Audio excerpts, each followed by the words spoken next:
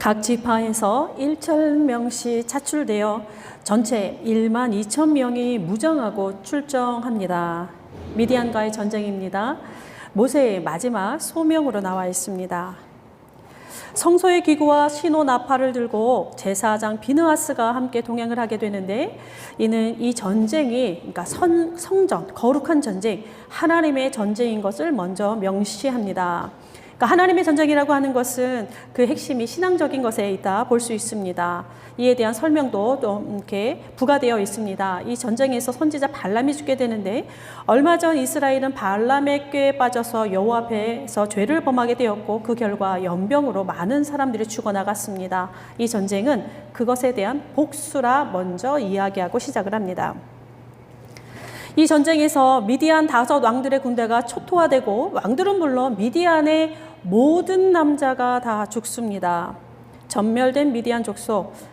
본문 맨 마지막에 보면은 우리 중 한 사람도 죽지 아니하였다라고 하는 이스라엘의 보고와 대조를 이루고, 그러니까 이스라엘은 한 명도 죽지 않았다 얘기하고, 미디안 족속은 전멸되었다 그렇게 보고합니다.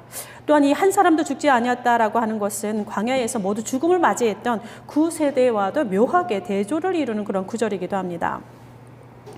개선하고 돌아온 군대를 맞이합니다. 한 사람 한 사람 목에다 꽃을 걸어주며 깃발을 흔들어 주어도 시원치 않을 것 같은데, 모세가 노합니다. 미디안의 여자들이 함께 왔기 때문에 그렇습니다. 전쟁의 원인이 된 미디안의 여자들, 이들이 다시 이스라엘의 눈앞에 나타났습니다. 모세가 매몰차게 명합니다. 포로로 끌려온 여자들과 아이들, 이 중에서 수천여들만 남고 모두 죽이라 합니다. 제2차 사륙입니다. 그런 다음 탈취물을 나누는 이야기가 이어지고 있는데, 이 참혹한 전쟁이 여호와께로부터 비롯되었다 시작되었습니다. 이 이야기를 마주하는 여러분, 괜찮으십니까? 오늘 기도도 해주셨는데, 저는 매우 불편합니다. 여기뿐만이 아니라 이스라엘의 가나안 정복 전쟁사가 다 그렇습니다. 이 정글 같은 이 약육강식의 비정한 고대 질서가 그 시대의 문법이라고 하는 것을 100번 감안한다 해도, 군인이 아닌 모두 어린아이에서부터 여자와 노인들까지 싹 진멸하게 되는 이 잔인한 이 전쟁사들, 그것도 하나님의 이름으로 존재하고 있다는 사실이 읽을 때마다 불편한 감정을 숨길 수가 없습니다. 이 31장의 역사성을 놓고 학자들 간의 논란은 많습니다. 기본적으로 고대 전쟁 문학들이 공통점이 있는데, 과장법을 많이 사용한다라는 것을 인정하고 있습니다. 그러니까 예를 들어서 여기도 이제 진멸하다라고 하는 표현, 그러니까 완전히 제거했다, 모두 죽였다라고 하는 의미보다 그 전쟁에서 승리하였다, 군사적인 큰 승리를 강조한 것으로 대부분 이해를 합니다. 게다가 고대 사회가 종교 정치가 결합된 그 신정일치 세계였기 때문에 사회 질서는 신의 뜻과 동일해야 했고, 소위 권력의 이 꼭지점에 있던 이 지도자들은 신 자체로 여겨지거나 그의 신의 대리인으로 인식되었기 때문에 그들의 말들은 곧 신의 말이었습니다. 이러한 영향력 아래 이스라엘도 존재하고 있었다는 것도 우리가 감안할 수 있어야 합니다. 또 성경을 해석하는 유대인들의 방식에 우리가 유의미한 것을 우리가 찾아볼 수 있는데, 이를 미드라시라 합니다. 그러니까 다라시라고 하는 것은 찾다, 두드리다, 조사하다라고 하는 뜻을 가지는데, 이 앞에 맴이라고 하는 접두사가 붙습니다. 그러니까 찾은 결과물이라고 하는 그러니까 찾은 결과물, 두드린 결과물이라고 하는 뜻을 가지고 있는 단어인데, 이 미드라시는 성경 텍스트의 그 문자적인 해석이나 단순 번역을 넘고자 하는 그러한 문법입니다. 그러니까 행간의 여백을 재구성하기도 하고 숨겨진 의미와 진실을 찾아내고자 하는 유대인들의 전통적인 그런 해석 방식인데, 목적은 신앙을 고취시키는 데 있습니다. 이미 우리는 성경의 모든 본문들이, 그다음에 인물들이라든가 사건 하나하나 사이에 많은 여백이 있다라고 하는 것을 우리가 알고 있습니다. 그러니까 이 텍스트들 간의 이 빈틈을 들여다보고 다중적이고 역설적인 의미를, 윤리적이고 도덕적인 그런 신학적인 메시지를 찾아가면서 오늘 그 메시지가 오늘 우리의 시간에서 어떤 의미를 갖는가라고 고민하는 것이 미드라시입니다. 그러니까 지금 31장의 그 미디안 전쟁을 보면 문자적으로 나와 있는 그런 현실들이 아니라 왜 이 전쟁이 일어났는지, 이 전쟁이 무엇을 가르치고 있는지, 여기서 우리는 어떤 통찰력을 끄집어내야 되는지, 이것들을 고민하고 찾아내야 되는 것이 미드라시의 방법입니다. 그러니까 기본적으로 우리 책 읽는 교회의 성경 읽기의 기본 태도와 비슷합니다.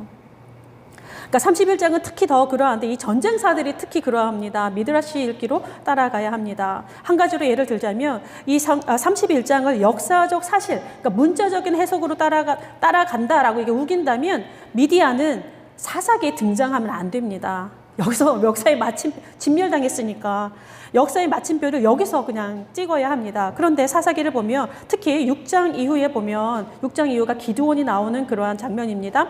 미디안은 이스라엘에게 위협적인 존재로 등장하고 있습니다. 그 기세가 굉장히 등등했고 이스라엘을 얼마나 오랫동안 괴롭혀 왔는지 설명되어 있습니다. 이 점에서 맞지를 않습니다. 어쨌든 미디안 족속은 요단 동편의 대부분을 관장했던 그러한 엄청난 세력이었던 것만은 확실합니다. 또한 동시에 약속의 땅으로 진입하려면 반드시 이들을 통과하지 않으면 안 되었고 그래서 전쟁은 불가피하게 일어났다라는 점입니다. 근데 이 길목에서 이스라엘이 대승을 거두었다라고 하는 것은 사실인 것 같습니다.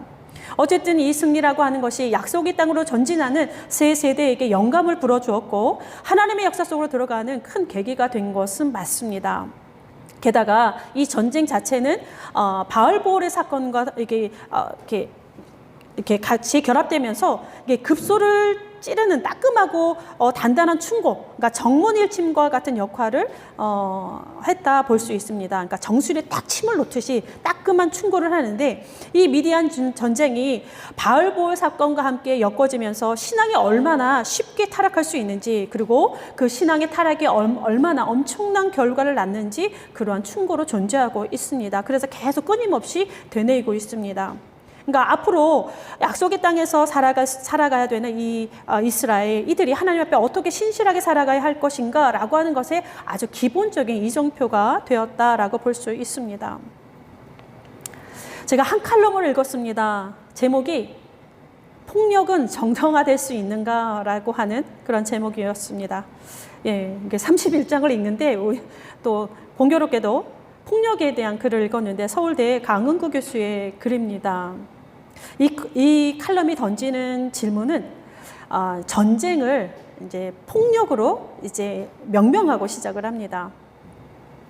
자, 오늘의 우리의 본문도 이 바알보올의 바알 사건 가운데 이 미디안 전쟁입니다. 하나님이 명하신 가나안 정복 전쟁의 시작이기도 합니다. 이제 같이 좀 병행이 해서 읽으면 좋겠다라고 생각이 듭니다. 그러나 이는 단순한 문제는 아닙니다. 왜냐하면 이렇게 그냥 단순하게만 이렇게 우리가 성립을 한다면 이렇게 또 질문이 나올 수 있습니다. 그럼 하나님은 폭력적인 하나님인가? 폭력의 하나님인가? 전쟁을 지시하신 하나님입니까? 많은 질문들이 나오기 때문에 거기까지는 우리가 나아가지 않습니다. 그냥 우리의 시야를 좀 좁혀서 지금 우리의 세계 속에서 벌어지고 있는 폭력으로 좀 제안하고자 합니다. 이 강 교수님은 4가지를 질문합니다. 그러니까 첫 번째는 내 집 앞에 불법 주차한 사람이 있습니다. 그러니까 논쟁이 벌어졌는데 그 상대방이 잘못을 인정하지 않으니까 화가 나서 한 대 칩니다. 그래서 경찰이 왔는데 경찰에게 이리 말합니다. 그가 불법을 저지른 자니까 내가 한 대 쳤다. 이렇게 얘기합니다. 과연 옳을까? 두 번째는 재범 우려가 높은 소아 성범죄자가 형기를 마치고 출소합니다. 그러니까 유협적인 그런 존재로서 다시 사회에 나오게 되는데, 그러니까 법으로는 이제 끝났으니까 사적으로 처단하려고 합니다. 이것이 정의구현일까 아니면 범죄일까 묻습니다. 세 번째는 이토 히로부미를 저격한 안중근 의사의 이야기입니다. 안중근 의사는 우리의 입장에서는 정의구현인데 일본의 입장에서는 테러리스트입니다. 어느 것이 맞느냐? 마지막입니다. 아버지가 자녀를 때립니다. 그러면서 하는 말이 다 너를 위해 때리는 거야 라고 이야기를 한다라는 것입니다. 그렇게 이제 문제 제기를 하고 시작을 하는데, 자, 지금 우리의 세계는 전쟁 중입니다. 우리 31장도 전쟁으로 지금 이어지는 장인데, 전쟁이라고 하는 것은 새로운 사실은 아닙니다. 역사적으로 전쟁이 없었던 기간은 전혀 없다 그럽니다. 그러니까 국제전이든 국지전이든 하루도 시끄럽지 않은 날이 없었던 그런 지구입니다. 그러니까 1, 2차 세계대전과 같은 큰 전쟁은 아니지만 인류는 가인과 아벨의 시대로부터 지금까지 계속 싸우고 있는 중입니다. 뭐 개인적인 일들, 가족들 간의 일들도 마찬가지겠습니다. 특별히 1492년에 콜럼버스가 신대륙을 발견하면서 대항해 시대가 이렇게 막 열립니다. 그러면서 강대국들, 그러니까 영국, 프랑스, 뭐 포르투갈, 스페인, 네덜란드 같은 이런 대제국들이 본격적으로 아시아와 아프리카를 폭력적인 방법으로 땅 따먹기를 시작을 했습니다. 우리나라도 일본에게 강제 병합되면서 수탈을 당하던 뼈아픈 역사가 있습니다. 아직도 그 아픔이 아물지 않았는데 이와 같은 폭력이 지금도 여전히 자행되고 있다라고 하는 우리의 현실을 바라볼 수 있습니다. 다만 대제국의 이름만 그리고 이들의 행동 방식만 바뀌었을 뿐입니다. 러시아가 우크라이나를, 미국과 이스라엘이 이란을, 그리고 중국은 호시탐탐 대만을 노리고 있는 그러한 상황입니다. 정의라고 하는 이름으로 폭력이 자행되고 생명을 앗아가면서 다 너 잘 되라는 거야, 때로는 실수였어, 혹은 불가피했어 라고 하는 그런 뼈아픈 말들이 기사로 우리가 읽어볼 수 있습니다. 그러니까 강대국들이 집행하는 거, 악을 벌하는 폭력으로 그렇게 정의되고 있는 그러한 뉴스들을 많이 바라봅니다. 근데 더 아이러니한 것은 우리의 기독교 역사에 있어서 십자군 전쟁이라든가 이 복음 전파에 있어서도 모든 것들이 전쟁의 한복판에서 있었다라는 점, 우리가 매우 불편한 우리의 진실이지 않을까 싶습니다. 악을 응징하는 폭력, 정의의 이름으로 자행되는 이 폭력들, 이 선악에 대한 가치 판단을 참으로 어렵게 만드는 그런 말들입니다. 그래서 이 강 교수님은 이렇게 마무리합니다. 악에게 폭력을 가하는 자도 악이다. 악에게 폭력을 당하는 자도 선은 아니다. 둘 다 정의와 선의 미명하에 학살당한다. 인간은 어떠한 경우라도 수단이 되어서는 안 된다. 자주권을 지키는 행위냐 아니냐에 따라 달라진다. 이렇게 결론을 맺고 있습니다. 악을 벌하는 폭력, 여러분은 어떻게 생각을 하십니까? 사실 성경에서 가나안 정복사가 약간 이런 비슷한 이런 뉘앙스를 가지고 있고 그렇게 우리가 배워왔습니다. 성경으로 다시 돌아오겠습니다. 이 성경에는 거룩한 전쟁에 대한 묘사가 굉장히 많이 나옵니다. 특히 여호수아, 사사기 같은 경우가 그런데 이 전쟁이라고 하는 이 거룩한 전쟁의 의미가 담고 있는 이 히브리 단어가 철저한 파괴를 담고 있습니다. 그리고 어린아이나 여자들, 오늘도 이제 우리 본문에서 나오게 되는데 무조건, 그러니까 잔혹한 진멸을 모사할 때 이들 싹 포함하고 있습니다. 특히 아말렉이라고 하는 이름, 무조건 전부 다 진멸해야 하는 상징으로 등장을 합니다. 분명 이러한 모습들이 유대인들의 기독교 역사의 신앙의 전승의 한 단면인 것을 우리는 부인할 수 없습니다. 그러나 성경에는 이것과 더불어서 강력한 또 다른 본문들이 존재한다는 것도 우리는 잊지 말아야 합니다. 창세기 9장 6절입니다. 다른 사람의 피를 흘리면 그 사람의 피도 흘릴지니 이는 하나님이 자기 형상대로 사람을 지으셨음이니라. 레위기 19장입니다. 원수를 갚지 말며 동포를 원망하지 말며 내 이웃 사랑하기를 내 자신과 같이 하라. 나는 여호와니라. 원수를 갚지 말라. 이사야의 말씀입니다. 말일에 여호와의 전에 산이 모든 산 꼭대기에 굳게 설 것이요 만방이 그리로 모여들 것이라. 오라 우리가 여호와의 산에 오르자 야곱의 하나님의 전에 이르자. 그가 그의 길을 우리에게 가르치실 것이라. 우리가 그의 길로 행하리라. 이는 율법이 시온에서부터 나올 것이요 여호와의 말씀이 예루살렘에서부터 나올 것인데 그가 열방 사이에 우리를 판단하시고 많은 백성을 판결하실 것인데 무리가 그들의 칼을 쳐서 보습을 만들고 그들의 창을 쳐서 낫을 만들 것이며 이 나라와 저 나라가 다시 칼을 들고 서로 치지 아니하며 다시는 전쟁을 연습하지 아니하리라. 지금 이사야가 하나님의 나라가 어떠한 것인지 보여주고 있습니다. 칼을 쳐서 보습을 만들고 창을 쳐서 낫을 만들고, 그러니까 보습은 쟁기입니다. 그러니까 사람을 죽이는 칼과 창으로 사람을 먹이는 쟁기와 낫을 만드는 나라, 바로 하나님의 나라라는 말입니다. 지금 우리의 세대와는 다른 모습입니다. 그 나라가 여호와의 말씀에서 시작되고 예루살렘에서부터 나온다라고 하는 것, 이것이 우리가 지향해야 하는 방향입니다. 또한 이유 불문하고 우리 모두가 동일하게 하나님의 형상으로 지음받은 존재인 것을 망각하지 말아야 합니다. 창세기가 그렇게 시작을 하고 있습니다. 오늘 본문에서도 이와 같은 단서를 발견합니다. 전쟁을 치르고 전리품을 나누는 이야기 중간 지점입니다. 우리 본문을 읽어주신 두 번째 부분인데, 바로 이 전쟁을 치르고 돌아온 사람들, 이스라엘은 자신들의 행위가 죄라고 하는 것을 자각하고 있었다라는 사실입니다.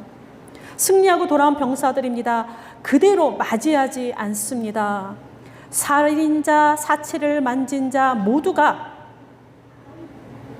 자신들이라고 고백하는 구절이 있습니다. 스스로 살인자, 사체를 만진, 지금 전장에서 모두 죽이고 돌아왔는데, 그죠? 살인자인 거예요.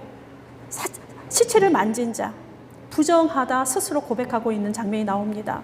그래서 7일간 진영 밖에 주둔하고 정결케 하는 모든 과정을 거친 후에, 그리고 마지막으로 속죄제를 드리고 나서야, 죄를 사하는 그런 제사를 드리고 나서야 본진에 합류하도록 되어 있는 것이 우리 지금 전쟁의 후반부입니다. 왜 그랬을까? 사람의 생명을 빼앗는 것 그 누구라도 그 자체로서 하나님 앞에 옳지 않다라고 하는 것을 알고 있었습니다. 그래서 이들은 속죄제와 예물을 드립니다. 그러니까 여호와께 드리다, 여호와께 헌금을 드리다, 이렇게 뒤에 나오게 되는데, 이 단어는 세금이라는 단어로 번역되는 말입니다. 그러니까 지불해야 되는 거, 마땅히 지불해야 되는 거, 그러니까 세금 납부하듯이 전쟁의 수익금 일부는 하나님께 내어놓습니다. 속전, 무엇을 위해서?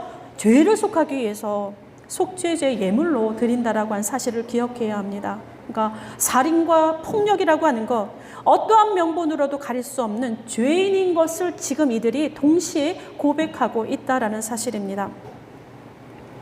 예수께서 이 땅에 처음 오실 때 천사들이 이렇게 노래하였습니다. 하늘에는 영광이요 땅에는 평화라.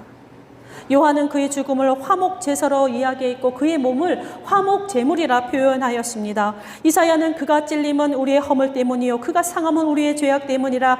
그가 징계를 받음으로 우리가 평화를 누립니다. 그렇게 고백합니다. 주께서 죽으시고 부활하신 후에 처음으로 만난 여인들에게 평화하냐 물으셨고, 의심하는 제자들에게 너희에게 평화가 있을지어다 첫 말씀이셨습니다. 오늘부터 고난주간이 시작이 됩니다. 주님의 고난, 우리에게 주시고자 하신 그 평화 사이를 오가는 그러한 계절입니다. 창조세계의 가장 비극적인 파괴, 이 살인과 폭력의 세상에서 그 폭력의 계보를 이어가는 그 계단에 서 있는 우리에게 오늘 우리는 어찌 살아야 되는지, 우리는 우리의 자리에서 무엇을 할 수 있는지, 우리가 개인적인 폭력은 어디서 일어나며 우리의 내적인 폭력과 또한 공동체적인 폭력은 무엇이 있는지, 우리가 그 사이를 오가면서 주님이 우리에게 주시고자 했던 이 평화를 묵상할 수 있는, 그리고 고민하는 그러한 시간이 되었으면 좋겠습니다. 기도하겠습니다. 월터 브루그만의 기도로 기도합니다. 교회마다 당신의 고난과 사랑을 기리는 선율이 울려 퍼지는 성주간입니다. 임박한 성목요일과 성금요일을 준비하면서 우리는 깊은 생각에 빠집니다. 진심 어린 변화를 불러오는 당신의 말씀에 우리의 시선이 멈춥니다. 그가 찔림은 우리의 허물을 인하며 그가 상함은 우리의 죄악을 인함이라. 그가 징계를 받음으로 우리가 평화를 누리고 그가 채찍에 맞음으로 우리가 나음을 입었도다. 우리는 당신의 희생이 어떻게 우리를 낫게 하였는지 생각을 해봅니다. 그리고 우리는 이 놀라운 신비에 기대어 쉼을 청합니다. 주님, 이 땅에는 아말렉 사람들로, 우리가 말살해버리고 싶을 정도로 미워하는 사람들로 가득합니다. 이곳은 우리의 원수와 그들의 원수와 수많은 대적과 원수들의 죽음으로 가득합니다. 하지만 우리도, 우리의 원수도, 아말렉 사람도 서로를 죽이고 단합하는 것으로 자신의 가장 고귀하고 성스러운 신념을 구현한다 믿습니다. 주님, 우리를 불쌍히 여겨 주옵소서. 주님께서는 용서를 선택하셨고 우리를 불쌍히 여기셔서 몸소 폭력을 당하시는 것으로 우리를 구하셨습니다.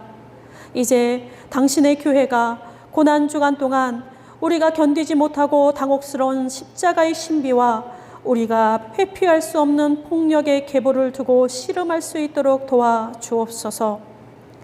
우리를 붙잡던 죽음의 소나기에서 구하여 주시고 당신의 순전함으로 우리를 움직여 주옵소서. 당신의 약함으로 우리를 움직여 주옵소서. 당신의 고난 속에서도 불타던 당신의 열망으로 우리를 변화시켜 주시고 서로를 정죄하고 죽이는 이 아말렉의 세상에서 우리를 구원하여 주옵소서. 우리가 평화를 누리도록 상처를 받으신 예수 그리스도의 이름으로 기도드립니다. 아멘.